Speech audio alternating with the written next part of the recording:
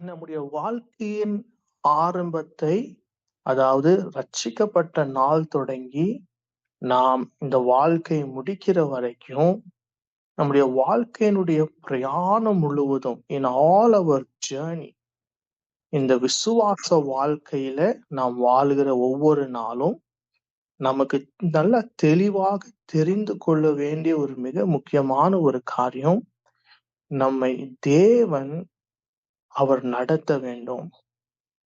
God should guide us. God should guide our every step in our life. அது நாம் கர்த்தருடைய பிள்ளையாய் நாம் மிக முக்கியமாக அதுல நாம் கவனம் செலுத்தி நாம் அதுல வாழ்வதற்கு நாம் கற்றுக்கொள்ள வேண்டும். கர்த்தர் நம்மை நடத்த வேண்டும் என்றால் அந்த பாத்திரம் அவருடைய சத்தத்துக்கு கேட்கிற ஒரு தெளிவான ஒரு பாத்திரமா இருக்க வேண்டும்.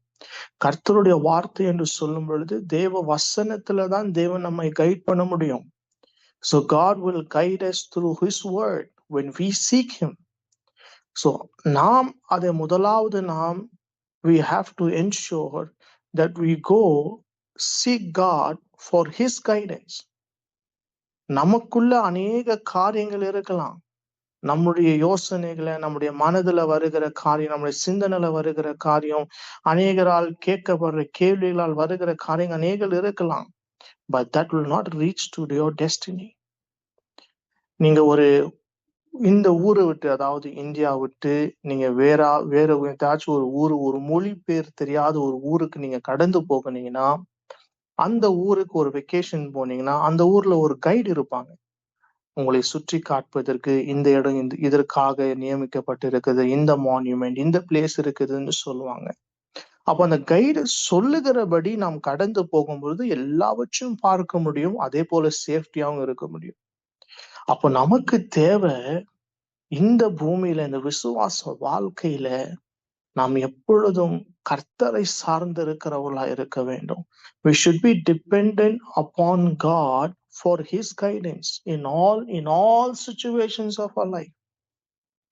இன்னைக்கு நாம் பார்க்க வேண்டிய ஒரு மிக முக்கியமான ஒரு காரியம், ஒரு ராஜா அதை தேடினான். அவனுக்கு பிடிக்காத சத்துருக்கள் எழும்பி வரும் பொழுது, சாதாரணமா இருக்கிற நேரத்தில் அல்ல, 3 ராஜாக்கள் அவனை எடுத்து வரும் பொழுது யோசேபாத் என்னும் ராஜா தேவனை தேடும்படிக்காக அவனுடைய இருதயத்தை தீர்மானம் பண்ணினானா. When you read the book of 2 Chronicles chapter 20, beginning from verses 1, 2 and 3, it says, After this, the armies of Moabite, Ammonite, and some of the Meunites declared war on Jehoshaphat. Messengers came and told Jehoshaphat, a very vast army from Edom is marching against you from beyond the Dead Sea. They're already at Hasnotamar. Jehoshaphat was terrified by his news, and he begged the Lord for guidance. அப்பொழுது யோசேபாத்து பயந்து கர்த்தரை தேடுகிறதுல ஒருமுகப்பட்டு. அப்போ today, how much is our God is guiding our life, or is it we are our own guide, leading our own life? Is God leading us, or God guiding us, or we are led by our own? கர்த்தருடைய வார்த்தை பாருங்க, யோசேபாத்து அந்த செய்தி கேட்ட மாத்திரம் முதலாவது பயந்தான், ஆனால் மற்றொரு காரியமும் செய்தான். அவன் கர்த்தரை தேடுகிறதுல he began to seek God earnestly. அவன் மாத்திரம் இல்ல, யூதாவில் இருக்கிற எல்லாரையும் கூப்பிட்டுட்டான், நீங்க உபவாசம் பண்ணுங்க. எருசலேமில் இருக்கிற எல்லாரையும் கூப்பிட்டுட்டான், நீங்க உபவாசம் பண்ணுங்க. எதுக்கு? கர்த்தரிடத்துல இருந்து எனக்கு சகாயம் வேணும். We many a times in our own life, in our own situations, ஒரு காரியம் வந்த மாத்திரத்துல, பயம் பிடிக்கிற மாத்திரத்துல, என்ன செய்வது என்று தெரியாத ஒரு நிலைமையில நாம் அங்கலாய்த்து தவிக்கும் பொழுது நம்முடைய பார்வை தேவனை நோக்கி, தேவனை பார்த்து, ஆண்டவரே என்ன செய்வதுன்னு எனக்கு தெரியல, ஆனா ஆண்டவரே நீங்க உதவி செய்யுங்க என்று நம்முடைய கண்கள் அவரை பார்த்து ஏறெடுத்து கொண்டு இருக்கிறதான்றது மிக முக்கியமான ஒரு கேள்வி. நாம் கர்த்தருடைய பிள்ளைகள்னு சொல்லிக்கலாம், கர்த்தருடைய பிள்ளைகளை ஆராதிக்கிறோம்னு சொல்லிக்கலாம். But when the situation comes, how do we react? So are we seeking God's guidance in our life? நமக்கு தேவைங்க ஒவ்வொரு நொடியும், ஒவ்வொரு நிமிஷமும், ஒவ்வொரு சமயத்திலும், உங்க குடும்ப வாழ்க்கையா இருக்கலாம், உங்க வேலை வாழ்க்கையா இருக்கலாம், உங்களுடைய தனிப்பட்ட வாழ்க்கையா இருக்கலாம், எந்த வாழ்க்கையா இருந்தாலும் சரி, கர்த்தருடைய பிள்ளைகளுக்கு மிக முக்கியமான ஒரு காரியம், உங்கள் தேவனை நீங்க முதலாவது வைக்க வேண்டும். That is why the Bible records, எவன் ஒருவன் தேவனுடைய ஆவியினால் நடத்தப்படுகிறானோ, அப்போ தேவன் நமக்கு சமீபமா இருக்கிறார். நாம் கூப்பிடும் பொழுதெல்லாம் நமக்கு சமீபமா இருந்து நம்மோடு கூட நமக்கு உதவி செய்யும்படிக்காக காத்து கொண்டு இருக்கிறாரு. நாம் எவ்வளவு அதிகமாக அந்த ஆர்வத்தோடு, தேவனே எனக்கு இந்த பிரச்சனையின் மத்தியில எனக்கு ஒரு விடுதலை வேணும், இந்த சத்துருக்கள் என்னை சுற்றி இருக்கிறாங்க, என்ன செய்வதுன்னு எனக்கு தெரியல, but I look unto you Lord. அதே அதிகாரத்தை நீங்க 12ஆம் வசனத்தை நீங்க வாசிச்சீங்கன்னா கர்த்தருடைய வார்த்தை சொல்லும், Oh our God, won't you stop them? We are powerless against this mighty army that is about to attack us. We do not know what to do, but we are looking to you for help. என்ன செய்வதுன்னு தெரியல ஆண்டவரே, எங்க கண்கள் மாத்திரம் உம்மையே நோக்கி இருக்கிறது என்றான். அப்போ he followed the life pattern. அவனுடைய முன்பாக இருந்த ராஜா தாவீதுடைய வாழ்க்கையை பார்த்தான், அவன் கற்றுக்கொண்டான். ஹல்லேலூயா. அவன் சொன்ன ஒரு காரியம், அவன் பார்த்த ஒரே ஒரு காரியம், என் தேவன் சிங்காசனத்திலிருந்து எனக்கு ஒரு உதவி செய்வாரு, எனக்கு பதில் கொடுப்பாரு, நான் அவரை தேடும் பொழுது எல்லா நேரத்திலும் அவர் எனக்கு செவி கொடுக்க உண்மை உள்ளவராய் இருக்கிறார் என்று he searched for God with diligence. We need that desire, hunger. நமக்கு பரிசுத்த வேதாகமத்துல இருக்கிற கைடன்ஸை காட்டிலும் வேற எந்த கைடன்ஸும் கிடையாதுங்க. There is no better guide for us other than the Holy Spirit. நீங்க புதிய ஏற்பாட்டுல வந்த மாத்திரத்துல ஆண்டவராகிய இயேசு he becomes more personal. நீங்க யோவான் 16ஆம் அதிகாரத்துல நீங்க வாசிச்சீங்கன்னா கர்த்தராகிய இயேசு அவர் even before he could ascend into the heaven, he says, 16ஆம் அதிகாரம் 13ஆம் வசனத்துல சொல்வாரு, சத்திய ஆவியானவர் உங்களை சகல சத்தியத்துக்குள்ள உங்களை நடத்துவார். When the spirit of truth comes, he will guide you in all truth. பரிசுத்த ஆவியானவருக்கு தெரியாத ஒரு காரியமும் கிடையாது. இந்த பூமியில வாழ்கிற ஒவ்வொரு நாளும் he becomes, when we put him as a first priority in our life, அவரை தேடும் பொழுது, அவரை வாஞ்சிக்கும் பொழுது, அவர் என்னை நடத்தணும் என்று விட்டு கொடுக்கும் பொழுது, அவர் நடத்துகிற விதம் ஆச்சரியமா இருக்கும். அன்னைக்கு எல்லாரும் யோசேபாத்து பார்த்து முடிஞ்சிச்சு கதை, அவ்வளவுதான், 3 ராஜாக்கள் எடுத்து வந்தாங்க, இவனால ஒன்னும் செய்ய முடியாது என்றுதான் முழு யூதாவும் எருசலேமும் கலங்கி கொண்டு இருந்தது. கர்த்தருடைய ஆவி வந்த மாத்திரத்துல things shifts. அவங்க சொல்லுவாங்க, இது உன்னுடைய யுத்தம் இல்ல யோசபாத்தே, கர்த்தருடைய யுத்தம். அப்போ நம்முடைய யுத்தத்தை நாம் யுத்தத்துல நாம் செய்ய வேண்டுமா, இல்ல தேவன் நமக்காக யுத்தம் பண்ண வேண்டுமா? ஒவ்வொரு நிமிஷமும் ஒவ்வொரு நொடியும் நாம் தேவனை பார்க்க கற்றுக்கொள்ள வேண்டும். We should seek God for in every aspect of our life. அது சின்னதோ பெரிதோ எந்த ஒரு காரியமா இருந்தாலும் சரி, இந்த யோசபாத்திலிருந்து நம்ம கற்றுக்கொள்ள வேண்டிய காரியங்கள் இருக்குது. நாம் ஒவ்வொரு நாளும் வேதத்தை வாசிக்கிறோம், படிக்கிறது மாத்திரம் அல்ல, தனிப்பட்ட வாழ்க்கையில தேவன் என்னுடைய வாழ்க்கையில என்ன செய்ய முடியும், அவருடைய வார்த்தை என்ன செய்ய முடியும். அதான் சங்கீதக்காரன் சொல்லுவான், சங்கீதம் 32ஆம் சங்கீதம் நீங்க 8ஆம் வசனத்துல வாசிச்சீங்கன்னா அங்க சொல்லுவோம் வசனம், the Lord says, I will guide you along the best path of your life. எப்பயாச்சும் கற்பனை பண்ணி பார்த்து இருக்கிறீங்களா? நம்முடைய சிந்தனையில, ஆண்டவரே என் வழிகளை காட்டிலும் உங்களுடைய வழியில there is best things ahead of for me. எனக்காக நீங்க வைத்து இருக்கிறீங்களா? அதை நான் தெரிந்து கொள்ளணும் நான் விரும்புகிறேன். என்னை நீங்க கைட் பண்ணுங்க ஆண்டவரே என்று சொன்னா போதும். அவர் கைட் பண்ண உண்மை உள்ளவரா இருக்கிறார். இஸ்ரவேல் ஜனங்களுடைய வாழ்க்கையில he guided them. அவங்க எகிப்து வெளியே விட்டு வந்த மாத்திரத்துல பகலில மேக ஸ்தம்பம் வந்துச்சு, இரவில் அக்கினி ஸ்தம்பம் வந்துச்சு. தேவ பிரசன்னம் அவங்களோடு கூட இருந்தது, நடக்கிறது, அவங்களோடு கூட நடந்து வந்து கொண்டே இருக்கிறது. எத்தனை காலம் தெரியுமா? As long as the cloud was there upon them, God was guiding them to the destiny. அவங்க போக வேண்டிய இடத்துக்கு போக வேண்டும் என்று தேவன் விரும்பினார்.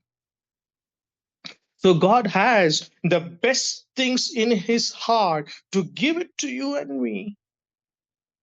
அது ஒரே ஒரு வாழ்க்கை தான். இந்த வாழ்க்கையில when we seek for him, அவரை தேடும் பொழுது, அவருடைய கைடன்ஸுக்காக நம்ம காத்திருக்கும் பொழுது he shows up.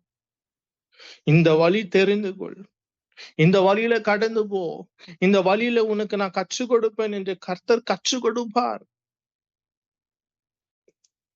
God's ways are not man's ways. அவருடைய திட்டங்களும் அவருடைய தீர்மானங்களும் நம்முடைய வாழ்க்கையில ரொம்ப பெருசா இருக்குது. அதை நாம் புரிந்து கொள்ள வேண்டும் என்றால் பரிசுத்த ஆவியானவரை தவிர்த்து வேறு ஒருத்தராலும் புரிந்து கொள்ள முடியாது. It is the God, the Holy Spirit, who can guide us, who can lead us, who can move forward. நீங்க புதிய ஏற்பாடை நீங்க முழுவதும் நீங்க வாசிச்சு பார்த்தீங்கன்னா, ஆண்டவராகிய இயேசு இந்த பூமியில வந்து அவர் பரிசுத்த ஆவியானவரால் நிரப்பப்பட்டு அவர் பரிசுத்த ஆவியுடைய வல்லமையினாலே நடத்தப்படுகிற ஒவ்வொரு காரியத்தையும் நீங்க பாருங்க, கவனித்து பாருங்க. Everywhere he does, everywhere that he says, everywhere that he performed miracles, it was the direction of the Holy Spirit. It was the guidance of the Holy Spirit. இப்போ நம்முடைய வாழ்க்கையிலும் நமக்கு தேவை. கானா ஒரு கல்யாணத்துல தேவன் சொன்னபடி, ஜஸ்ட் இமேஜின் பண்ணி பாருங்க, அத்தனை பெரிய கிரௌடு, அத்தனை பேருக்கும் திராட்சை ரசம் தீர்ந்து போயிடுச்சு. But he gave the right guidance. அவர் வெளியே he did not have, அவருடைய நேரம் வரவில்லை, பட் ஆனாலும் அவருடைய மகிமை வெளிப்பட்டது. He just told very simple things. அந்த வேலைக்காரரோடு கூட பேசுறாரு, அந்த வேலைக்காரோடு கூட சொல்றாருப்பா, அந்த ஜார்ஸ் எல்லாம் தண்ணியை நிரப்புங்க, இப்ப எடுத்துட்டு போங்க. மை காட், ஒரே ஒரு காரியம் தாங்க. இந்த பூமியில வாழ்கிற நாம் ஒவ்வொரு நாளும் நாம் தீர்மானிக்கணும். It is our duty, it is our bound responsibility. நான் கர்த்தரை தேட தேட தேட அவருடைய வழிகள் எல்லாம் he will show me. வழிகள் எல்லாம் நமக்கு கற்றுக் கொடுக்க உண்மை உள்ளவராயிருக்கிறார். நீங்க ஏசாயா தீர்க்கதரிசி எழுதின புஸ்தகத்துல நீங்க 30ஆம் அதிகாரத்தை நீங்க வாசிச்சீங்கன்னா, உங்களிலிருந்து ஒரு பின்னாடியில இருந்து ஒரு சத்தம் கேட்குமா, அந்த சத்தம் சொல்லுமா, வழி இதுவே என்று சொல்லி. So remember that God is there to help you. God is there to guide you. There is nothing that is hidden from God. God knows exactly what to give you and what not to give you. எது கிடைக்கும் பொழுது தேவனுக்கு ஸ்தோத்திரம் பண்ணுங்க, கிடைக்காத நேரத்தில் தேவனுக்கு அதிகமா ஸ்தோத்திரம் பண்ணுங்க. ஏன்னா தேவனுக்கு தெரியும் நமக்கு எது நல்லது என்று. God orchestrated their life. யோசேபாத்துக்கு அன்னைக்கு நினைச்சிருந்தா 3 ராஜாக்கள் எதிர்த்து அவனுடைய சுய ஞானத்தோடு அவன் செயல்பட்டு கொண்டு இருந்திருந்தா அவனுக்கு வெற்றி கண்டிப்பா கிடைச்சிருக்காது. That day would have been the last chapter of King Jehoshaphat. ஆனால் அவன் தேவனை தெரிந்து கொண்டபடினால, because he chose God in the first place, அவன் ஜெபத்துல தேடினா, உபவாசத்துல தேடினா, அவன் தேவன் தேடுகிறதுல தீர்மானித்த, ஆண்டவரே நீங்க பேசுங்க என்று தேவ ஆலயத்துல போய் எல்லோரையும் கூட்டி உபவாசம் பண்ணி ஜெபம் பண்ணதுனாலதான் God saw. அப்ப நாம் தேடும் பொழுது உண்மையாகவே கர்த்தர் வெளிப்படுகிறவராய் இருக்கிறார். He is a faithful God to reply to your prayers. நம்முடைய ஜெபத்தை ஒரு நாளும் தேவன் அசட்டை பண்றாருன்னு நினைக்காதீங்க. ஒரு நாளும் யோசிக்காதீங்க ஆண்டவர் நம்ம கைட் பண்ணுவாரா கைட் பண்ண மாட்டார் என்று சந்தேகப்படாதீங்க. He loves to guide you. ஒவ்வொரு வாழ்க்கையும் நீங்க அநேக பரிசுத்தவான்களுடைய வாழ்க்கையை நீங்க சாட்சியா நீங்க கேட்டிருப்பீங்க. அவங்க வாழ்க்கையை தேவன் எப்படி நடத்தினார் என்று சொல்லி. Our favorite faith man நம்ம ஜார்ஜ் மியூலர் ஐயாவுடைய வாழ்க்கையை நம்ம அநேக தடவை கேட்டிருக்கோம். நாளைக்கு என்ன பிரேக்ஃபாஸ்ட்ன்னு தெரியாது, ஆனால் தேவன் நடத்துவார் என்று மாத்திரம்தான் தெரியும். எப்படி வரப்போகுதுன்னு தெரியாது, ஆனால் பரலோகத்தில் இருக்கிற தேவன் சந்திப்பாருன்னு மாத்திரம்தான் தெரியும். ஏறக்குறைய 2000 பிள்ளைகளுக்கு எப்படி படிப்பு கொடுக்கணும் தெரியாது, ஆனால் கர்த்தர் அழைத்தவர் உண்மையுள்ளவர், என்னை நடத்துவார் என்று விசுவாசத்துடனே காத்து கொண்டிருந்தார். He is a simple and a beautiful life, but God directed life. ஒவ்வொரு நாளும் நம்ம தேவனை தேடும் பொழுது அதிகாலையில தேடி பாருங்க. உங்க ஜெபத்தை விட்டுறாதீங்க, பைபிள் வாசிக்கிறத விட்டுறாதீங்க, கர்த்தரை தேடுறதை விட்டுறாதீங்க, அவரை ஸ்தோத்திரம் பண்ண விட்டுடாதீங்க. அவரை தேட தேட தேட வழிகள் முழுவதும் கர்த்தரால் நீங்க நடத்தப்படுகிறீங்கன்னு என்று உங்களுக்கு தெரியும். Because everything will end with a beautiful blessing. இன்னைக்கு hiccups, the most of the times that we get stuck, the most of the times we're not able to do anything. Check ourselves. இரவு நேரத்துல ஆராய்ந்து பாருங்க கொஞ்சம். ஆண்டவரே, நான் முழுமையா உங்க கருத்துக்களை ஒப்பு கொடுக்க, நீங்க நடத்த வேண்டும் என்று நான் உங்க கருத்துல விட்டு கொடுக்கிறேன். விட்டு கொடுத்து பாருங்க. அன்னைக்கு தேவன் ஒரு சத்துரு கூட விட்டு விடுக்காதபடிக்கு யோசேபாத்துடைய எல்லா சத்துருக்களையும் முறியடித்த கர்த்தர் உங்களுக்காக யுத்தம் பண்ணுகிற உன்னோடு கூட இருக்கிறார். உங்களை நடத்த உண்மை உள்ளவராய் இருக்கிறார். He will take you to the place that you never imagined, you never dreamed, you never believed. All your wildest dreams can accomplish when you're led by him. விட்டு கொடுப்பீங்களா? கர்த்தருடைய கருத்துல விட்டு கொடுத்து பாருங்க. கர்த்தர் உங்களை உண்மையாய் நடத்துவார், வசனத்தை கொண்டு நடத்துவார், சத்தியத்தை கொண்டு நடத்துவார். அவர் நடத்த நீங்க விட்டு கொடுக்கும் பொழுது, he is there to do greater things in your life. Have a blessed night.